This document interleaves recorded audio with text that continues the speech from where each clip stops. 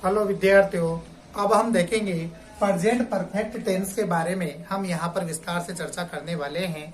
Present perfect tense का हिंदी अर्थ क्या होता है, इसकी पहचान क्या होती है, इसकी हेल्पिंग वर्ब क्या होती हैं, मेन वर्ब कौन सी होती हैं, इसके कितने प्रकार होते हैं, फॉर्मूले कैसे बनते हैं और इसको अंग्रेजी में कैसे ट्रांसलेट, इनके हिंदी वाक्यों को अंग्रेजी में कैसे ट्रांसलेट किया जाता है, उसके बारे में हम यहाँ पर चर्चा करने वाले हैं। तो सबसे पहले देखते हैं प्रेजेंट परफेक्ट टेंस। अब प्रेजेंट आप जानते हो, प्रेजेंट का हिंदी अर्थ वर्तमान होता है और परफेक्ट का पूर्ण होता है। तो क्या अर्थ बनेगा इसका?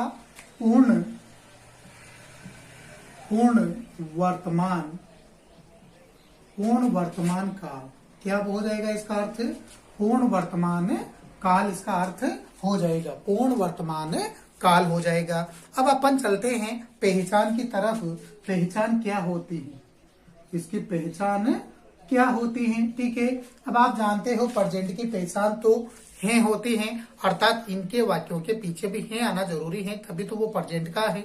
और परफेक्ट की पहचान चुका, चुकी, चुके ये होती हैं, जो मैंने आपको पहले बताया है कि परफेक्ट की पहचान चुका, चुकी, चुके।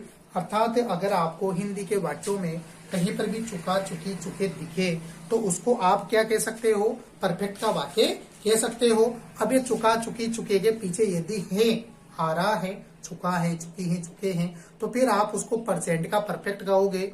अगर था आ रहा हो, चुका था, चुकी थी, चुके थे, था आ रहा हो तो उसको पास्ट का परफेक्ट कहेंगे। और उसके बाद यदि ग आ रहा हो, चुकेगा, चुकेगी, चुकेगे, या चुका होगा, चुकी होगी, चुके होंगे, अगर इस प्रकार ग आ रहा हो तो वो फिर फ्यूचर का परफेक्ट कहलाता है। ठीक है, लेकिन अभी अपन क्या देख रहे हैं? प्रेजेंट का परफेक्ट देख रहे हैं। तो लिखते हैं प्रेजेंट परफेक्ट टेंस के हिंदी वाक्यों के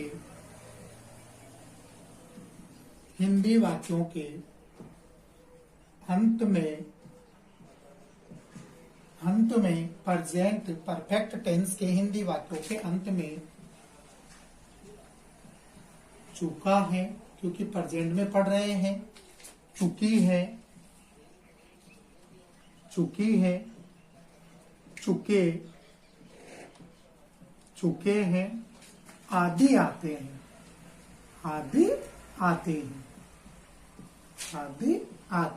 तो देखो क्या है, प्रेजेंट परफेक्ट टेंस के हिंदी वाक्यों के अंत में चुका है, चुकी है, चुके हैं, आदि आते हैं। ठीक है, अर्थात कहाँ पे आते हैं ये?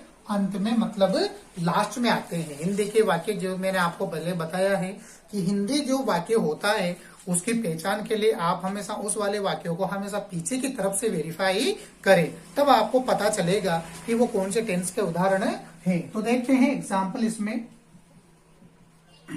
राधा खाना बना चुकी है, पहला। दूसरा, श्याम किताब पढ़ चुका है। तीसरा, हम विद्यालय जा चुके हैं। हम विद्यालय जा चुके हैं। ये हैं अपने 3 हिंदी के वाक्य। अब इनको वेरीफाई करने के लिए हमेशा आपको इनको पीछे की तरफ से देखना है। आप पीछे से उसको वेरीफाई करोगे। अब देखो, हैं अगर पीछे हैं, इसका मतलब ये तीनों ही वाक्य किसके हो गए? प्रेजेंट के हो गए। ठीक है, उसके बाद इंडेफिनिट टेंस में यदि आगे देखो चुका, चुकी, चुके आ रहे हैं तो ये पहचान किसकी है? परफेक्ट की है। ठीक है, किसकी है? ये परफेक्ट की है। इसका मतलब ये वाक्य किसका हो गया? प्रेजेंट के परफेक्ट के ये तीनों उदाहरण हो गए हैं। क्यों हो गए हैं? क्योंकि हिंदी वाक्यों के अंत में यदि चुका है, चुकी है, चुके हैं तो फिर उन वाक्यों को अपन प्रेजेंट के परफेक्ट के उदाहरण मानेंगे। इसलिए ये तीनों किसके हो गए? प्रेजेंट के परफेक्ट के ये उदाहरण हो गए हैं। ठीक है, अब अपन आगे चलते हैं हेल्पिंग वर्ब। इसकी हेल्पिंग वर्ब क्या होती हैं? तो दोस्तों प्रेजेंट परफेक्ट टेंस की जो हेल्पिंग वर्ब होती हैं वो हैज और हैव होती है। क्या होती हैं? हैज और हैव का प्रयोग किया जाता है, जिसमें सिंगुलर यदि सब्जेक्ट है तो उनके लिए अपन हैज का प्रयोग करेंगे और प्लूरल यदि सब्जेक्ट है तो उसके लिए हैव का प्रयोग करेंगे। ठीक है, तो देखते हैं प्रेजेंट परफेक्ट टेंस में हैज हैव का हेल्पिंग वर्ब के रूप में प्रयोग किया जाता है।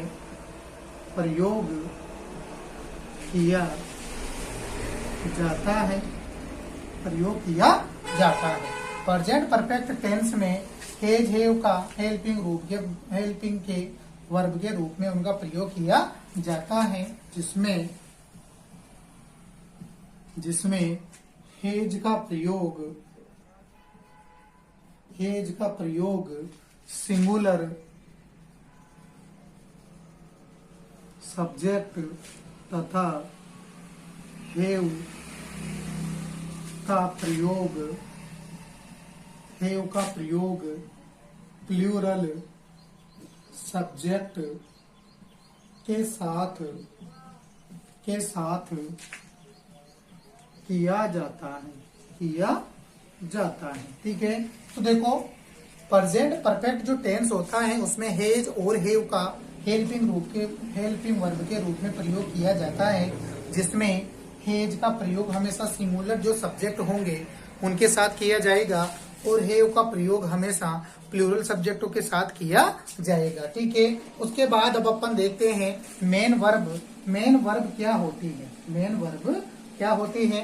तो आपकी जानकारी के लिए बता दूं कि परफेक्ट टेंस यदि नाम आता है तो परफेक्ट टेंस के साथ हमेशा परफेक्ट टेंस जो होता है उसमें हमेशा मेन वर्ब की थर्ड फॉर्म का प्रयोग किया जाता है, चाहे वो परफेक्ट प्रेजेंट का हो या पास्ट का हो या फ्यूचर का हो। परफेक्ट जहाँ कहीं पर भी है वहां पर मेन वर्ब की थर्ड फॉर्म का प्रयोग किया जाता है। तो यहाँ पर भी प्रेजेंट परफेक्ट है तो इसमें भी मेन वर्ब की थर्ड फॉर्म का प्रयोग किया जाएगा। तो देखो प्रेजेंट परफेक्ट टेंस में मेन वर्ब की थर्ड फॉर्म का प्रयोग किया जाता है। अब जितनी भी फॉर्में हैं, जितनी भी वर्बें हैं, उनकी तीसरी जो फॉर्म होती है उसका प्रयोग इस वाले टेंस में किया जाता है। कौन सा टेंस में? परफेक्ट टेंस में इसका प्रयोग किया जाता है। ठीक है, अब अपन आगे चलते हैं, इसके कितने प्रकार होते हैं उनके बारे में भी अपन यहाँ पर देख लेते हैं। ठीक है, अभी तो अपन ने सिर्फ हिंदी के वाक्यों की पहचान को देखा है, जो प्रेजेंट परफेक्ट टेंस की पहचान है, चुका है, चुकी है, चुके हैं। उसके बाद अपन ने हेल्पिंग वर्ब हैज हैव को देखा है, उसके बाद मेन वर्ब की थर्ड फॉर्म का प्रयोग अपन ने देखा है। अब अपन देखते हैं प्रकार। तो प्रेजेंट परफेक्ट टेंस के 4 प्रकार होते हैं। कितने प्रकार होते हैं? 4 प्रकार होते हैं। कितने प्रकार होते हैं? 4 प्रकार होते हैं। अर्थात आप जानते हो टेंस 3 है, 3 के 4 प्रकार है और उन चारों के भी 4 प्रकार होते हैं। पहला कौन सा होगा? देखो पहला होता है अफर्मेटिव टेंस, जिसको सकारात्मक कहते हैं। दूसरा होता है नेगेटिव टेंस, इसको नकारात्मक कहते हैं। तीसरा होता है इंटेरोगेटिव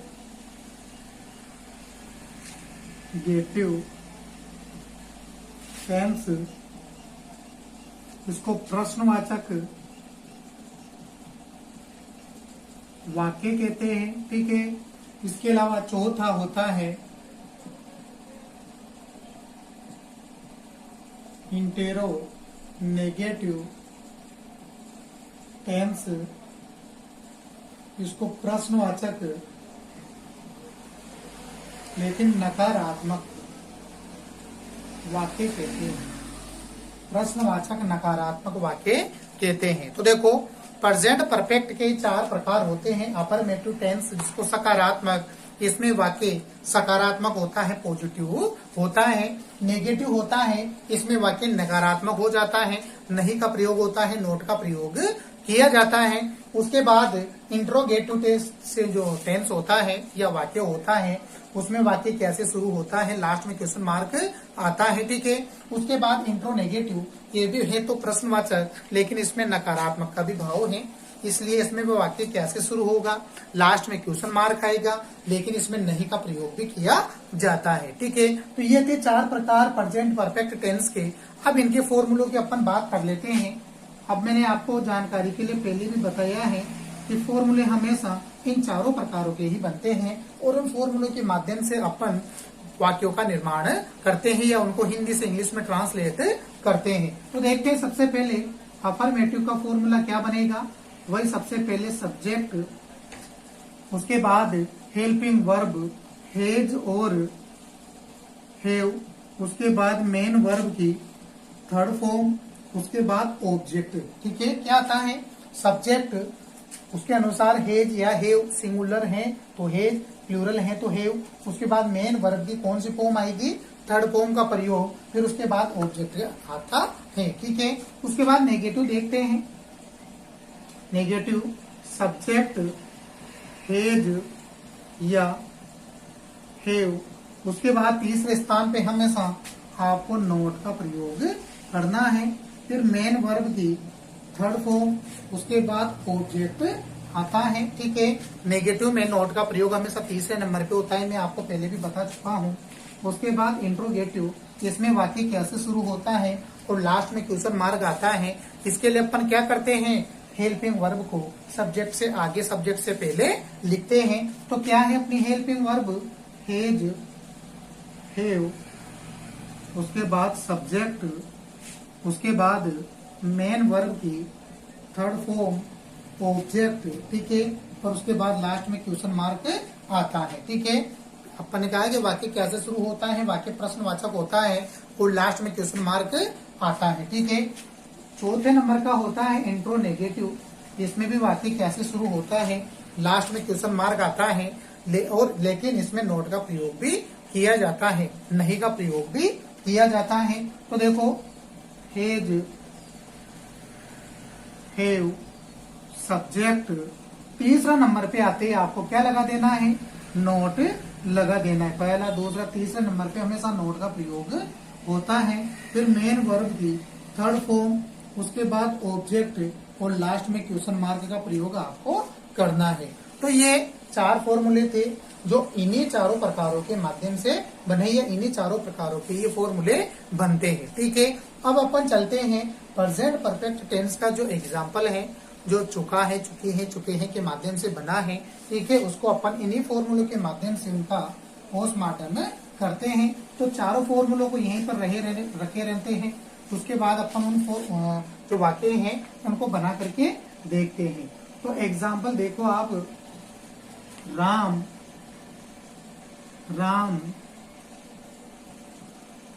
किताब पढ़ चुका है। अर्थात ये वाक्य किसका है, प्रेजेंट परफेक्ट का वाक्य है। जैसे पता चला, है और चुका, ठीक है मतलब प्रेजेंट का, चुका, चुकी, चुके मतलब परफेक्ट का है, ठीक है। अब सबसे प्रमुख बात अपने सामने आती है एक, कि अपन इन फॉर्मूलों के माध्यम से इनको बनाए तो बनाए कैसे।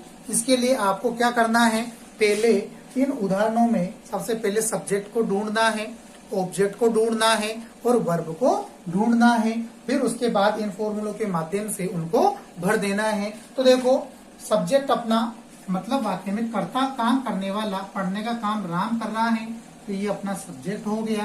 क्या काम कर रहा है वो, पढ़ने का, तो ये मेन वर्ब हो गई, और किताब क्या हो गई, ऑब्जेक्ट हो गई है। अब अपन पता लगा चुके हैं इसमें सब्जेक्ट, ऑब्जेक्ट और मेन वर्ब कौन सी हैं। इन्हीं के फॉर्मूले के माध्यम से अब उनके अपन पोस्टमार्टम करेंगे, भरेंगे। तो देखो सबसे पहले अपन अफर्मेटिव में बना के देखते हैं। हम अफर्मेटिव वाला क्या कह रहा है कि सबसे पहले सब्जेक्ट की मीनिंग लिखो। क्या लिखो? सब्जेक्ट की मीनिंग लिखो। अब अपना सब्जेक्ट कौन है? राम है, तो ये लो राम की लिख दिया अपन ने मीनिंग, ठीक है, राम लिख दिया। उसके बाद हेज और हेव, मैंने आपको पहले भी कहा है कि नाम हमेशा सिंगुलर होते हैं और सिंगुलर के साथ यहाँ पर हेज का प्रयोग होता है, तो राम हेज, ठीक है। उसके बाद मेन वर्ब पढ़ना, पढ़ने की मीनिंग रीड, ठीक है, और रीड की तीनों फॉर्म रीड ही होती है, तो Ram hedge read object book, ठीक है, बुक, ठीक है, ये होती है ना किताब की मीनिंग बुक, तो Ram hedge read a book, ठीक है, अ बुक लिखो या बुक, ठीक है, अ बुक, ठीक है। उसके बाद नेगेटिव में देखते हैं, नेगेटिव क्या कह रहा है कि पहले सब्जेक्ट लिखो, अपना सब्जेक्ट राम है, उसके बाद उसके अनुसार हेज या हेव में से प्रयोग करो। अब राम सिंगुलर है तो किसका प्रयोग होगा? हेज का प्रयोग होगा। तीसरे नंबर पे राम किताब नहीं पढ़ चुका है, ये बन रहा है, और तीसरे नंबर पे नोट का प्रयोग करना है, तो नोट मेन वर्ब की थर्ड फॉर्म रीड, ठीक है, ऑब्जेक्ट अब, ठीक है, अब, ठीक है। उसके बाद अब अपन देखते हैं इंट्रोगेटिव। इंट्रोगेटिव में क्या होगा? वाक्य क्या से शुरू होगा? तो क्या राम किताब पढ़ चुका है, और लास्ट में क्वेश्चन मार्क आ जाएगा, यहाँ पर क्या का प्रयोग होगा? क्या राम किताब पढ़ चुका है। अब इसके लिए अपन क्या करेंगे? इंट्रोगेटिव में सब्जेक्ट से पहले हेल्पिंग वर्ब को रखेंगे। अब सब्जेक्ट से पहले हेल्पिंग वर्ब हेज हेव है, तो इस हेज को आगे रख देंगे, ठीक है, आगे रख देंगे। उसके बाद सब्जेक्ट अपना राम है, मेन वर्ब रीड है, रीड ऑब्जेक्ट अपना बुक है, और लास्ट में क्या लगाना है? क्वेश्चन मार्क लगा देना है। इंट्रो नेगेटिव में देखते हैं, इंट्रो नेगेटिव, इंट्रो नेगेटिव में क्या हो जाएगा? क्या राम किताब, यहाँ पर नहीं, नहीं का प्रयोग, नहीं पढ़ चुका है, तो इंट्रो नेगेटिव में देखो ये भी कहता है कि सब्जेक्ट से पहले हेल्पिंग वर्ब को लिखो। अब अपने helping verb hedge, hedge Ram या राम, उसके बाद तीसरे नंबर पे नोट, मेन वर्ब की फर्स्ट फॉर्म अपने रीड है, रीड ऑब्जेक्ट बुक है, तो अ बुक, और लास्ट में क्या लगाना है? क्वेश्चन मार्क लगाना है। तो देखो किस प्रकार से अपन ने इन फॉर्मूलों के माध्यम से आसानी से एक जो वाक्य है हिंदी का उसको इंग्लिश में ट्रांसलेट कर दिया है, ठीक है। अब ये भी आसान कब बनता है? पहले अपन को उस वाक्य में सब्जेक्ट पता हो, ऑब्जेक्ट पता हो, मेन वर्ब पता हो, और दूसरी बात उन सभी की मीनिंग अपन को याद हो, उसी के आधार पे अपन इन फॉर्मूलों के माध्यम से उनको अंग्रेजी में ट्रांसलेट कर सकते हैं। तो ये था प्रेजेंट परफेक्ट टेंस, जिसके अपन ने अर्थ को जाना, उनकी हिंदी की पहचान को जाना, हेल्पिंग वर्ब को जाना, मेन वर्ब को देखा, उसके कितने प्रकार होते हैं उसको भी अपन ने आसानी से समझा। उसके अलावा उन चारों प्रकारों के जो फॉर्मूले बनते हैं उनको भी अपन ने देखा, और किस प्रकार इन फॉर्मूलों का प्रयोग करके अपन एक एग्जाम्पल को आसानी से इंग्लिश में ट्रांसलेट कर सकते हैं। तो आपको जो प्रेजेंट परफेक्ट टेंस जो आज पढ़ा है वो आपको आसानी से समझ में आया होगा। अब अपन अगला देखेंगे प्रेजेंट कंटिन्यूअस टेंस देखेंगे, ठीक है। अब आगे देखते हैं।